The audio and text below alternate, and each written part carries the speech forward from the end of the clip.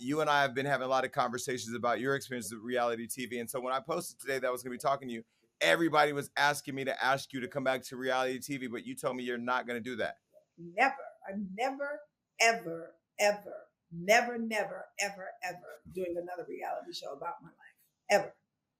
But why, though? You're so entertaining and the public has invested themselves in your life. We want to know everything you're doing, when you're going to the bathroom, how you're raising your kid, who you're dating. Absolutely. All that. Oh, absolutely not. I just feel like, I've invited people into my life for 10 years, right?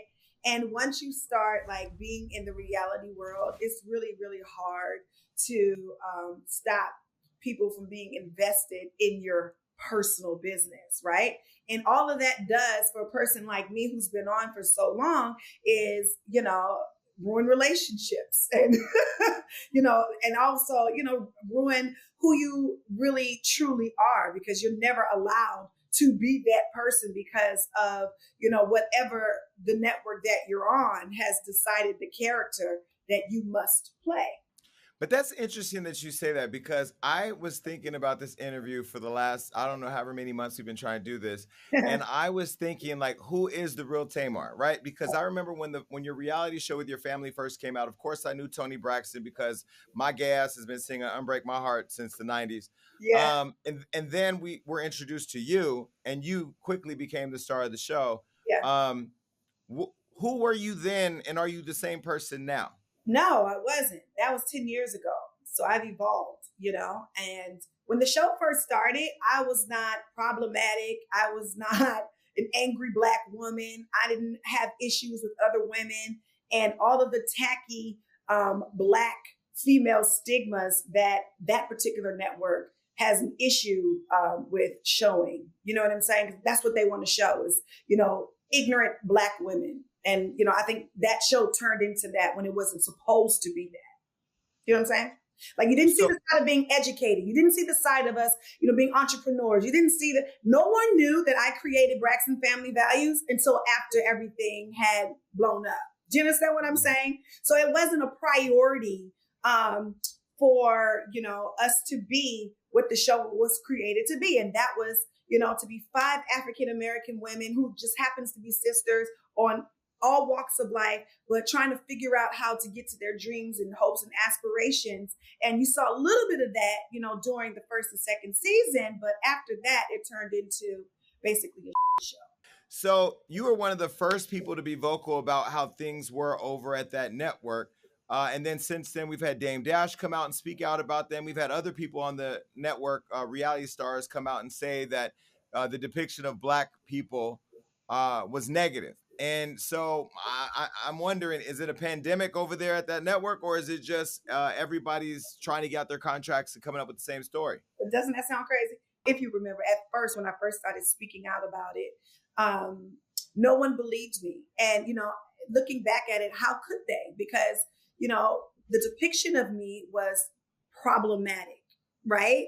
So for me to come out and say that these things were actually really going on, and this was my experience, no one wanted to believe it. And I don't even think it's really just that particular network. Can we actually sit here and name a positive Black reality television show? What's the name of it? Well, I've been very vocal. I've been very vocal about the fact that I feel like these networks that are ran by a bunch of white people create conversations and experiences for the culture that are really negative. It's not even really about the execs so much. It's the fact that we as a people participate in it. We still sign up to do it, because everybody wants a shot. Everybody wants to be famous. Everybody wants to, have a platform where they can make money. And I'm not knocking them, but we do have a responsibility to keep that narrative going. And I just feel like we will sign up to be on TV at any cost. You know what I'm saying? And then, as a people, we watch it.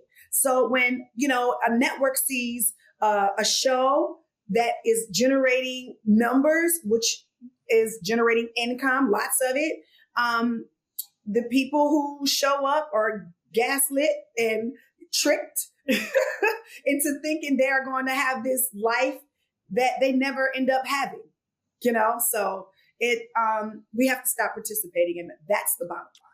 Don't you think though that networks like a FOXSOUL that has created content with people of color that isn't combat television?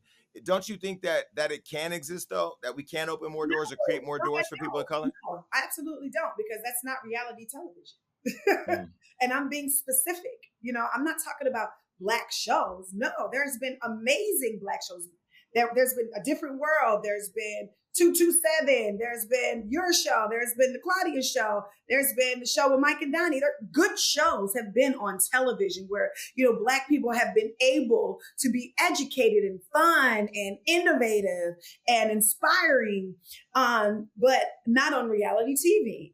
But you'll never see a Black keeping up with the Kardashians, because showing families in a positive light that has some drama sprinkled in it will never be the thing. Well, it sure happened to the Braxtons. We're not criminals. You know what I'm saying? We don't have 13,000 baby daddies running around. You know what I'm saying? But somehow it turned into the combative Black family when, we were nothing like that. All right. So when did you start seeing the evolution change? Was it around season 3? It was around towards the end of season 2, because season 1 had gotten all of this attention, and I definitely wasn't used to it, attention, but I was used to the lifestyle because of my ex-husband at the time, right? And instead of embracing that and making it a family thing, it was made an individual thing. And it was something that started to brew. Oh, Tamar's getting a big head, or Tamar's acting funny. Tamar's starting to argue with this sister. Why were they labeling you the troublemaker? Was it because you were the star of the show, or in the more livelier one? Or why were you chosen as the problematic person? Well, let's just be honest. It's the most popular one who is ostracized and who is talked about and who is attacked, because you're going to get a reaction. Like somebody like me and you, Jason, we're not ones to hold our tongue. You know what I mean? Right.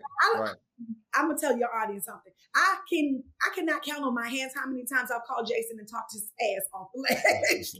Don't say that. Don't do that. Listen, Tamar is literally the Hollywood Unlocked godmother. I will get a text and be like, hold on, everything okay? I'm like, Tamar, not today. I'm gonna have to call you tomorrow.